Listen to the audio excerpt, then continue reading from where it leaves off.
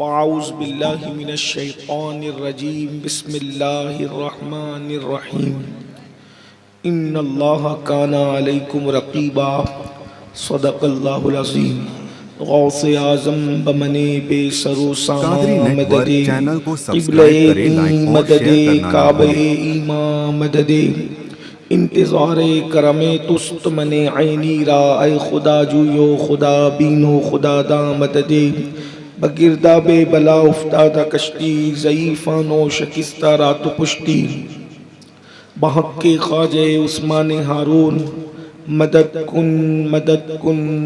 کن یا معین الدین چشتی۔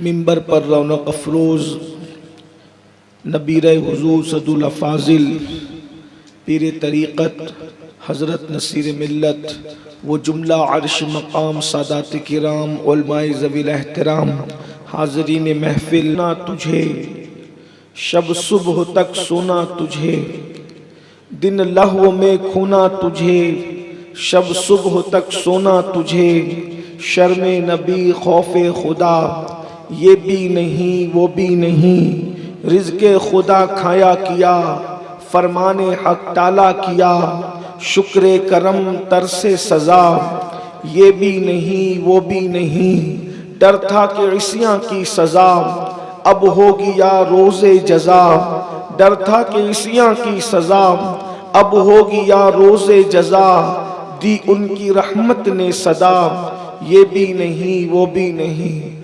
آج کی یہ محفل اصلاح عقائد و اعمال کے حوالے سے منعقد کی گئی ہے۔ مجھ سے پیشتر آپ نے بڑے بڑے علماء خطبہ اور دانشوروں سے ان کے خطابات بیانات نعتیں مناقب سب سماعت کر لیا ہے۔ بہت تھوڑی دیر کے لیے اور بہت مختصر سے وقت کے لیے میں آپ کی خدمت میں حاضر ہوں اور قرآن مقدس کی بڑی مشہور و معروف آیہ کریمہ کے ایک مختصر سے حصے کی تلاوت کرنے کا شرف حاصل کیا ہے۔ اللہ تبارک و تعالی اس کے متعلق مجھے حق کہنے، آپ سب کو حق سن کر اس پر عمل کرنے اور اسے عام کرنے کی توفیق عطا فرمائے۔ اس وقت دنیا میں ہر انسان بے چین ہے، بے قرار ہے، مضطرب ہے۔ ہر انسان زبان پر شکایت کر رہا ہے، اپنی زبانوں سے شکایت کر رہا ہے۔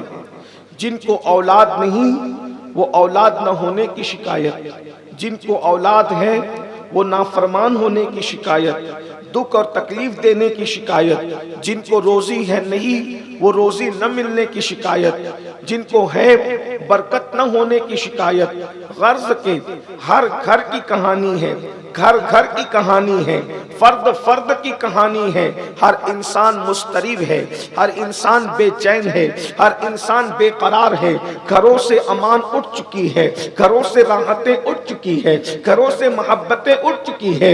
ایک گھر میں چار بھائی رہتے ہیں، آپس میں بنتی نہیں، آپس میں محبت نہیں۔ میاں بیوی کے اندر جو پیار پہلے تھا وہ پیار اب نظر نہیں آتا۔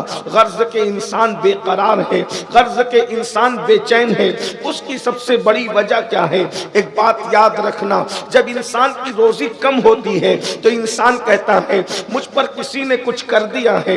انسان بیمار ہوتا ہے تو کہتا ہے مجھ پر کسی نے کچھ کر دیا ہے۔ بیٹی کو رشتے نہیں آتے، کوئی کہتا مجھ پہ کسی نے کچھ کر دیا ہے۔ بیمار رہتا ہے، تکلیف میں رہتا ہے، مصیبت میں رہتا ہے، نیند کی گولی کھا کے بھی سکون کی نیند نہیں آتی۔ انسان کہتا ہے مجھ پہ کسی نے کچھ کر دیا ہے۔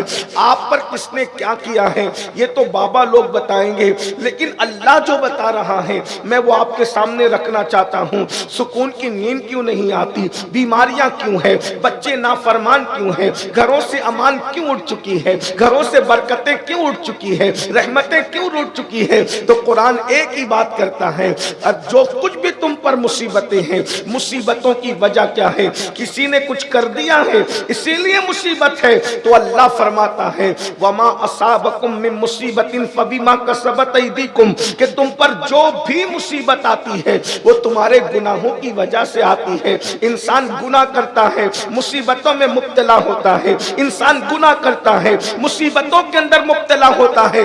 یاد رکھنا، اچھی طرح یاد رکھنا، انسان کو اگر ٹھوکر بھی لگتی ہے، تمہارے اور میرے سچے رسول نے فرمایا انسان کو اگر ٹھوکر بھی لگتی ہے اس کے گناہ کی وجہ سے لگتی ہے. انسان کا چراغ بھی بجھتا ہے اس کے گناہ کی وجہ سے بجھتا ہے. حتیٰ کہ انسان کے بدن میں کھجلی بھی آتی ہے اس کے گناہ کی وجہ سے آتی ہے. آنکھ پھڑکتی ہے اس کے گناہ کی وجہ سے پھڑکتی ہے. سواری اس کی موافقت نہیں کرتی اس کے گناہ کی وجہ سے ایسا ہوتا ہے. اولاد باقی ہوتی ہے. حتیٰ کہ اللہ کے رسول صلی اللہ علیہ وآلہ وسلم فرماتے ہیں تم پر ظالم حکمران بھی اگر مسلط ہوتے ہیں تو تمہارے گناہ کی وجہ سے ہوتے ہیں. اگر مسلمان گناہ نہ کرے اسے زندگی میں کبھی ٹھوکر بھی نہیں لگ سکتی. اگر مسلمان گناہ نہ کرے کبھی اس کا چراغ بھی نہیں بجھ سکتا. آندھیوں پر بھی تمہارا چراغ جلتا رہے گا. اگر تم گناہ کرنا چھوڑ دو تمہیں کھجلی بھی نہیں آئے گی. اگر تم گناہ کرنا چھوڑ دو. مگر افسوس، اللہ اکبر، یہ میں کسی بابا کی، عامل کی، مولوی صاحب کی، کسی ناظم کی بات نہیں کر رہا ہوں، اللہ رسول کی بات آپ کے سامنے رکھ رہا ہوں. یہاں سب بیٹھے مسلمان ہیں. اللہ کے بندوں غور کرو، جب ٹھوکر بھی گناہ کی وجہ سے لگتی ہے، جب بیماریاں گناہ کی وجہ سے آتی ہیں، جب مصیبتیں گناہ کی وجہ سے آتی ہیں، ظالم حکمران گناہوں کی وجہ سے مسلط ہوتے ہیں. اب ہم اپنے اعمال کا جائزہ لیں. میرے بھائیوں بتاؤ وہ کون سا گناہ ہے جو ہم نہیں کر رہے ہیں؟ میں آپ کو کہتا ہوں سدھر جاؤ، آپ مجھ سے کہتے ہیں سدھر جاؤ. ہم ایک دوسرے کو سدھرنے کی بات کرتے ہیں، ہم خود کیوں نہیں سدھرتے؟ ہم خود کیوں نہیں سنورتے؟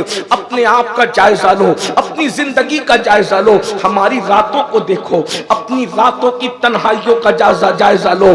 وہ کون سا گناہ ہے جو مسلمانوں کے اندر موجود نہیں ہے؟ اللہ اکبر، نشہ مسلمانوں کی محلوں میں ہو رہا ہے. زنا کے اڈے مسلمانوں کے محلے میں کھولے جا رہے ہیں. اللہ اکبر، عورتوں کے ساتھ ناجائز تعلقات کے معاملات سے لے کر گانے اور غزلیں سننے تک، اسی طریقے سے بدکاریوں تک، گندی فلموں تک، جتنے گناہ ہیں، سود کو لے لیجئے، غیبت کو لے لیجئے، ہر برائی ہمارے معاشرے میں موجود ہے. لیکن اب ایک بات میں آپ سے پوچھنا چاہتا ہوں، ہر انسان گناہ کا ذکر کرتا ہے، یہ ہو رہا ہے، یہ ہو رہا ہے، اس کا حل کیا ہے؟ اس کا سولوشن کیا ہے؟ یہ کیسے حل ہوگا؟ گناہ کا علاج کس کے پاس ہے؟ آج تک سائنس نے جو ہے کینسر کی دوا ایجاد کر لی ہے، سر درد کی دوا پہلے سے موجود ہے، بخار کی دوا موجود ہے، ہر دوا انسان کے پاس موجود ہے. لیکن بیمار گناہ کی دوا کسی انسان کے پاس موجود نہیں ہے، بلکہ سائنسداں بھی جو ہے وہ گناہوں میں ملوث ہے. کسی مذہب کے پاس، کسی مسلک کے پاس گناہ کی دوا نہیں. لیکن آج کی اس محفل میں میں آپ کے سامنے بہت لمبی تقریر نہیں کروں گا، بہت شارٹ گفتگو کر کے مکمل کر دوں گا. آپ بہت اچھے سے سن رہے ہیں، لیکن اپنے دل میں بٹھانا، آج میں گناہوں کا علاج لے کر کے آیا ہوں، گناہ کی دوا لے کر کے آیا ہوں. گناہ سے کیسے بچا جا سکتا ہے؟ کوئی انسان ایسا نہیں جو گناہ سے بچنا نہیں چاہتا، لیکن اس کو نسخہ نہیں معلوم ہے. گناہ سے بچنے کا نسخہ کیا ہے؟ گناہ کا علاج کیا ہے؟ گناہ کی دوا کیا ہے؟ میرے بھائیوں، گناہ کا ایک ہی علاج ہے جو کسی مذہب کے پاس موجود نہیں ہے، جو کسی مسلک کے پاس موجود نہیں ہے. وہ کیا ہے پتہ ہے؟ اللہ ارشاد فرماتا ہے ان اللہ کان علیکم رقیبا، کہ بے شک اللہ تم پر کڑی نگرانی کر رہا ہے. اللہ تمہیں دیکھ رہا ہے، اللہ تمہیں دیکھ رہا ہے، اللہ تمہیں دیکھ رہا ہے. یاد رکھنا، تحت الثری کی تہ میں چلے جاؤ تو بھی اللہ تمہیں دیکھ رہا ہے، پہاڑوں کی بلندیوں پہ چلے جاؤ تو بھی اللہ تمہیں دیکھ رہا ہے، چار دیواری میں رہو تو بھی اللہ تمہیں دیکھ رہا ہے، سمندر کی گہرائی میں رہو تو بھی اللہ تمہیں دیکھ رہا ہے. ہر وقت میرا اللہ ہم سب کو دیکھ رہا ہے. اللہ کتنا قریب ہے، اوروں لوگوں کا خدا خدا جانے کہاں کہاں رہتا ہے، لیکن ہمارا خدا تو ہماری جان سے زیادہ قریب ہے، ہماری شہرت سے زیادہ قریب ہے۔ قرآن کہتا ہے ہوا معکم اینما کنتم، تم جہاں کہیں ہو اللہ تمہارے ساتھ ہے۔ نحن اقرب الیہ من حبل الورید، اللہ تمہاری شہرت سے زیادہ قریب ہے۔ اب میں مسلمانوں سے پوچھنا چاہتا ہوں، جب تمہارا ایمان ہے کہ اللہ دیکھ رہا ہے تو پھر تم گناہ کیسے کرتے ہو؟ کیا تم اللہ کی عزت نہیں کرتے؟ کیا تم اللہ کی قدر نہیں کرتے؟ کیا تم اللہ سے محبت نہیں کرتے؟ ایک بات آپ سے پوچھنا چاہتا ہوں، اگر ابا دیکھیں تو ہم ابا کے سامنے سگریٹ نہیں پیتے، اور اللہ دیکھے تو لوگ زنا کیسے کرتے؟ اللہ دیکھے لوگ سود کیسے کھاتے؟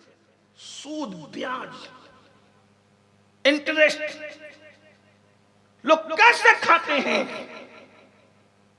جس کو پتا ہے وہ جانتا ہے، جس کو نہیں پتا اصلاح معاشرہ کی اس محفل سے جان لے کہ اللہ کے رسول صلی اللہ علیہ وآلہ وسلم نے فرمایا کہ سود کھانے والا اور کعبے میں زنا کرنے والا دونوں برابر برابر ہے۔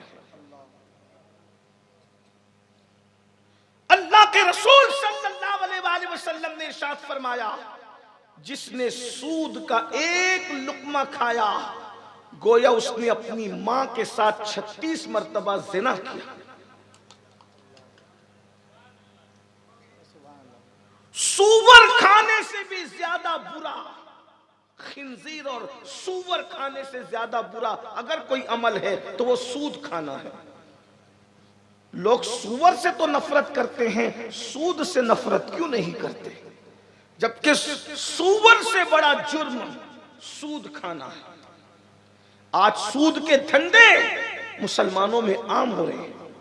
لاکھ روپیہ لے جاؤ 1,10,000 لے کر آؤ، لاکھ روپیہ لے جاؤ 1.25 لاکھ لے کر آؤ، اور آپ ہیں کہ آپ بھی سود سے پیسہ لیتے ہو اور کہتے ہو مولانا بہت مجبوری آ گئی تھی کہ بیٹی کی شادی کرنا تھی۔ یاد رکھنا تم اپنی غربت کا جھانسا اور مجبوری پیش کر کے سود نہیں لے سکتے، کیونکہ اللہ کے رسول صلی اللہ علیہ وآلہ وسلم نے فرمایا جتنا بڑا سود کھانے والا ہے اتنا ہی بڑا مجرم سود دینے والا بھی ہے۔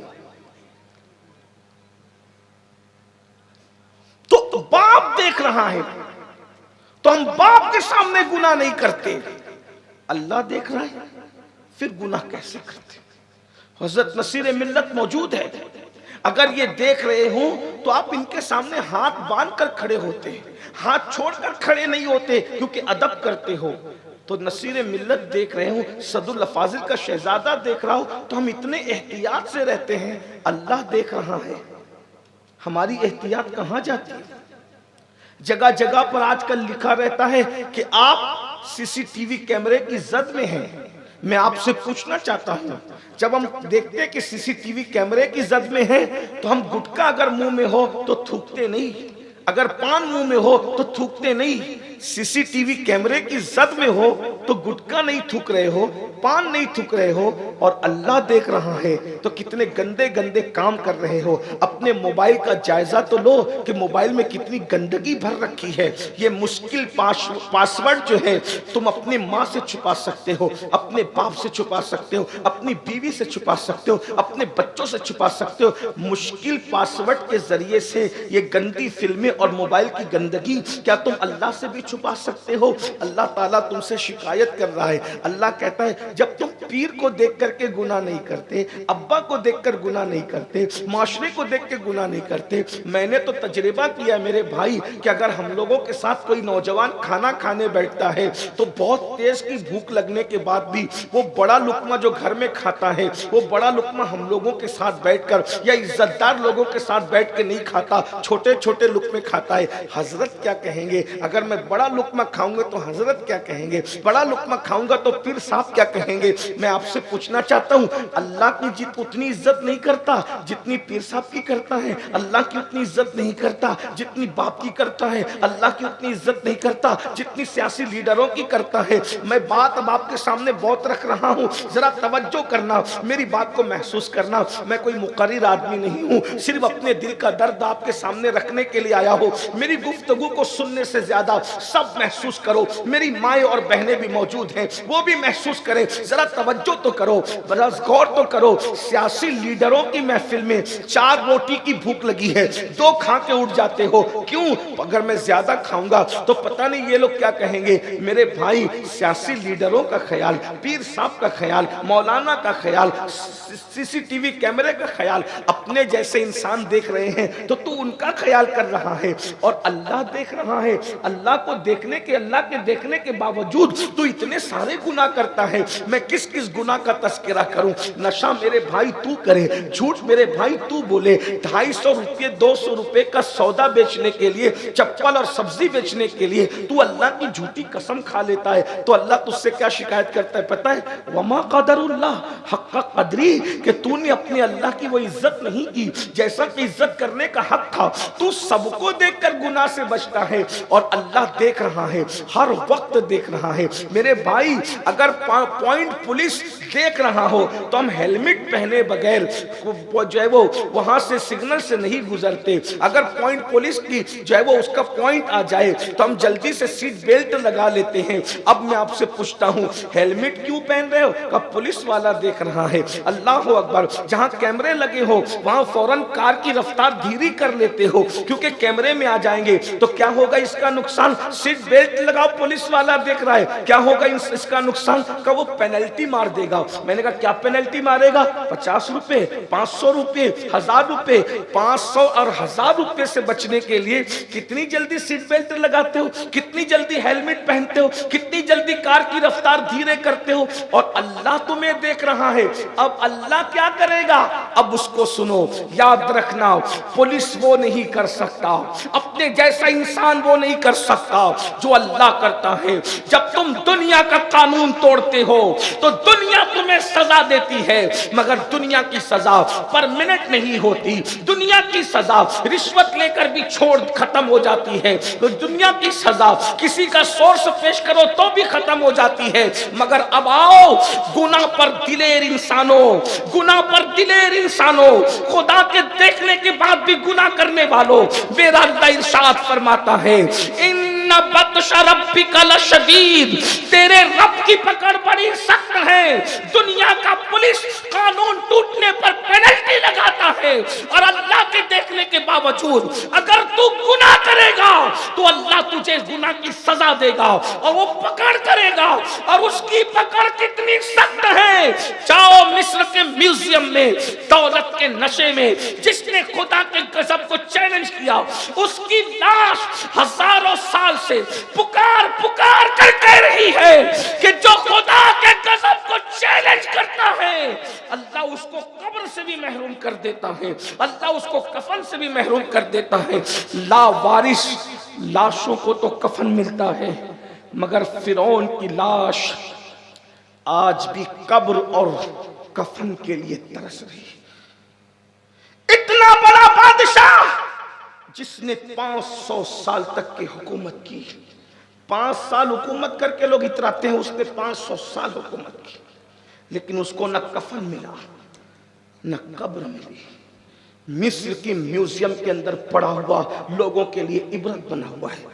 آج تم جوانی کے نشے میں گناہ کرتے ہو، آج تم دولت کے نشے میں گناہ کرتے ہو، سن لو میرا اللہ گونگا بہرا اور مجبور نہیں ہے، وہ طاقت والا ہے، طاقت والا، اگر دینا جانتا ہے تو چھیننا بھی جانتا ہے۔ جوانی کے نشے میں گناہ کرو گے تو اللہ تم پر اتنا دردناک بڑھاپا مسلط کرے گا۔ میں بددعا کے طور پہ نہیں کہہ رہا ہوں، میں حدیث کی روشنی میں آپ کے سامنے بیان کر رہا ہوں۔ اللہ میری قوم کو بددعا سے بچائے، لیکن یہ حقیقت ہے، حدیث کا فرمان ہے۔ اگر تم جوانی میں گناہ کرو گے، جا کر کے ان بڈھوں سے پوچھو جو آج بھیک مانگتے ہیں تو ان کو بھیک نہیں ملتی، جا کے ان بڈھوں سے پوچھو پوتوں کو بلاتے تو پوتے نہیں آتے، جا کے ان بڈھوں سے پوچھو نواسوں کو بلاتے تو نواسے نہیں آتے، وہ راتوں کو بستر میں چھپ چھپ کے روتے ہیں کہ جوانی میں پاپ کیے تھے تو اللہ نے اتنا دردناک بڑھاپا مسلط کیا کہ کوئی پوچھنے والا نہیں۔ آپ کیا سمجھتے ہیں؟ انسان جب گناہ کر کے بھول جاتا ہے تو اللہ اس کو گناہ کی سزا دیتا ہے۔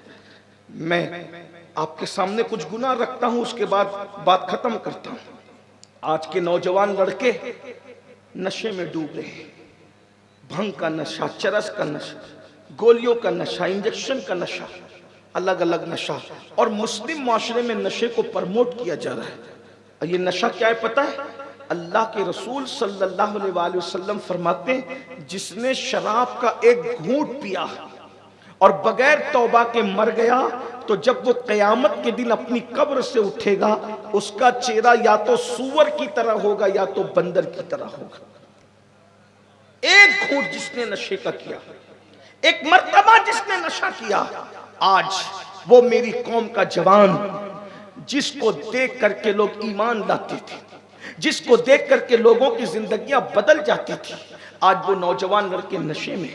اور دوسری چیز، ہنسنے کی بات نہیں لیکن ایک بات کہوں گا، 80% نوجوان لڑکے اور لڑکیاں فلمیں دیکھ کر، سیریل دیکھ کر، ناولیں پڑھ کر ناجائز تعلقات میں مبتلا ہو گئے۔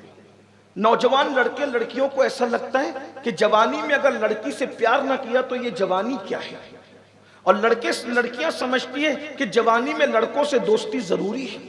یہ ہنسنے کی بات نہیں، یہ دل کا درد ہے۔ یاد رکھنا، اپنے مذہب میں کسی لڑکی سے شادی سے پہلے دوستی کی اجازت نہیں ہے،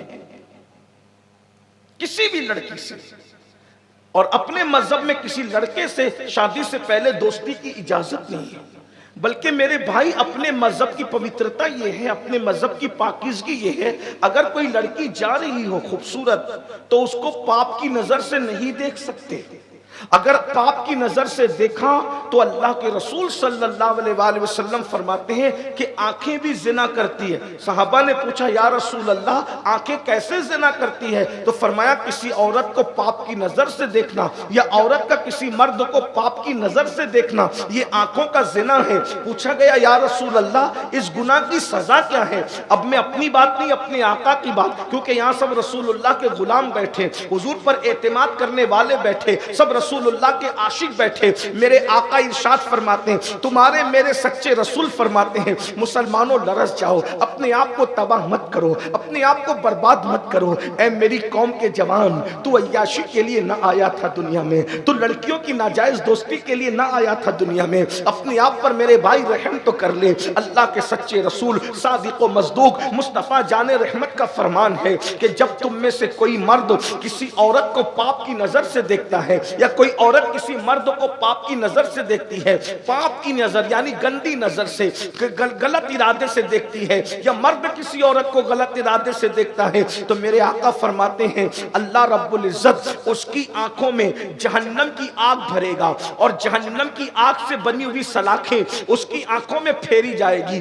اگر کوئی مولوی کہتا تو میں کبھی بیان نہ کرتا، کوئی اسٹیج کا ناظم کہتا میں کبھی بیان نہ کرتا، کوئی سیاسی لیڈر کہتا میں کبھی بیان نہ کرتا، یہ سوچ کر کے چلو جذبات میں کہہ دیا ہو، لیکن یہ میرے نبی نے فرمایا ہے، اور میرے نبی کے فرمان کے بارے میں اللہ ارشاد فرماتا ہے، اللہ اکبر، وما ينطق عن الهوى ان هو الا وحی یوحى، کہ میرا حبیب اپنی مرضی سے کچھ بھی نہیں کہتے، وہ جو کچھ کہتے ہیں ان پر وحی کی جاتی ہے، یعنی زبان مصطفیٰ جان رحمت کی ہوتی ہے اور کلام خداوند قدوس کا ہوتا ہے۔ میرے بھائیو، اب آپ سے پوچھنا چاہتا ہوں، اللہ کے رسول فرما رہے ہیں کہ جس مرد نے عورت کو پاپ کی نظر سے دیکھا یا عورت نے کسی مرد کو پاپ کی نظر سے دیکھا، گندی نظر سے دیکھا، آقا علیہ الصلوۃ والتسلیم فرماتے ہیں آنکھوں میں جہنم کی آگ کی سلاخیں پھیری جائے گی۔ میں تم سے سوال کرتا ہوں، آنکھیں کتنی کمزور ہے اپنی، آنکھیں کتنی نازک ہے اپنی، اگر آنکھوں میں دھواں چلا جائے تو آنکھیں رونے لگتی ہے، آنکھوں میں تنکا چلا جائے تو آنکھوں سے آنسو نکلنے لگتے ہیں، آنکھوں میں کھڑا چلا جائے اللہ اکبر. حد تو یہ ہے اگر ماں بہنیں پیاس کاٹ رہی ہو اور ہم وہاں موجود ہو تو پیاس کے ننھے ننھے ذرات ہماری آنکھوں میں چلے جائے تو ہماری آنکھیں برداشت نہیں کر پاتی. میرے بھائی اللہ اکبر, دنیا کی پولیس کی سزا کی اوقات کیا ہے, دنیا کی حکومتوں کی سزا کی اوقات کیا ہے, اللہ کا عذاب کتنا سخت ہے. ان بطش ربک لشدید. کسی کو پاپ کی نظر سے دیکھنے کی وجہ سے آنکھوں میں آگ کی سلاخیں ڈالی جائے گی. میرے بھائی اپنے آپ میں رحم کر لے. جس نبی کے کہنے پر ہم نے اسلام کو سچا دین مانا ہے وہ رسول کہہ رہے ہیں عورتوں کو پاپ کی نظروں سے دیکھنے والوں تمہاری آنکھوں میں آگ کی سلاخیں پھیری جائے گی. ہے برداشت کرنے کی طاقت؟ جو آنکھیں دن کا برداشت نہ کر سکے, جو آنکھیں پیاس کے ذرات برداشت نہ کر سکیں, جو آنکھیں دھواں برداشت نہ کر سکے, کیا ہماری آنکھیں اللہ کے عذاب کو برداشت کر سکے گی؟ اٹھا سکو گی اللہ کے عذاب کو؟ معاذ اللہ. یا تو یہ کہہ دو کہ ہم اس بات کو نہیں مانتے, اور اگر مانتے ہو تو پھر تمہارے اندر جرأت کتنی ہے کہ تم اللہ کا اتنا بڑا عذاب برداشت کر سکو گے؟ سن لو, یہ جوانی ہمیشہ نہیں رہے گی, یہ جوانی کی بہاریں ہمیشہ نہیں رہے گی. جوانی آنے جانے کے لیے آتی ہے. کس کے پاس جوانی رہی؟ جو اپنے پاس جوانی رہے گی. کس کا مال رہا؟ جو اپنا مال رہے گا. کس کے پاس حسن رہا؟ جو اپنے پاس حسن رہے گا. اس لیے کہ کب تک گناہ کرو گے؟ جب تک زندہ رہو گے تبھی تک نا. ایک دن موت تو آنے والی ہے. موت سے بچ سکتے ہو؟ اگر موت سے بچ سکتے ہو, تمہارے پاس کوئی ہے ایسا طریقہ تو جاؤ جو چاہو کرو. اگر موت سے بچنے کا نسخہ مل گیا ہے تمہیں, جو چاہو کر لو. اور اگر نہیں, اور ہرگز نہیں, تو قرآن کہتا ہے اینما تکونوا یدرککم الموت ولو کنتم فی بروج مشیدہ, کہ اگر تم مضبوط قلعوں میں جا کے چھپ جاؤ گے تو بھی تمہیں موت آ کر کے رہے گی. اگر موت سے کوئی بچ سکتا تھا, میرے جملے پہ غور کرنا, اگر موت سے کوئی بچ سکتا تھا, ایک ہی ہستی تھی, وہ زہرا کے بابا حسنین کریمین کے جد مصطفیٰ جان رحمت کی ذات تھی, جس کے لیے اللہ نے کائنات بنائی, جس کے لیے اللہ نے کائنات کو وجود عطا کیا. میرے امام بریلی کا قلندر کہتا ہے وہ جو نہ تھے تو کچھ نہ تھا, وہ جو نہ ہو تو کچھ نہ ہو, جان ہے وہ جہان کی, جان ہے تو جہان ہے. اگر کوئی موت سے بچ سکتا تھا تو حضور, مگر میرے بھائی خدا نے جس کی خاطر کائنات کو بنایا اس کو بھی موت کا مزہ چکھایا. یہ اور بات ہے کہ نبی کی موت عام انسانوں کی موت کی طرح نہیں ہے. میرے امام کہتے ہیں انبیاء کو بھی اجل آنی ہے, مگر ایسی کہ فقط آنی ہے. پھر وہی موت کے بعد ان کی حیات مثل سابق وہی جسمانی ہے. حضور کو ایک آن کے لیے موت آئی, پھر ہمیشہ کے لیے زندہ کر دیے گئے. تو زندہ ہے واللہ, تو زندہ ہے واللہ. میری چشم عالم سے چھپ جانے والے مجھے بتاؤ, جب اللہ کے رسول کو موت کا مزہ چکھایا گیا, تمہیں اور مجھے موت نہیں آئے گی؟ کیا تیاری کی ہے موت کے لیے؟ کیا تیاری کی ہے موت کے لیے؟ سن لو, کب تک عیاشیاں کرتے رہو گے؟ کب تک اپنی دولت پر گھمنڈ کرتے رہو گے؟ کب تک اپنی طاقت پر گھمنڈ کرتے رہو گے؟ کبھی سوچا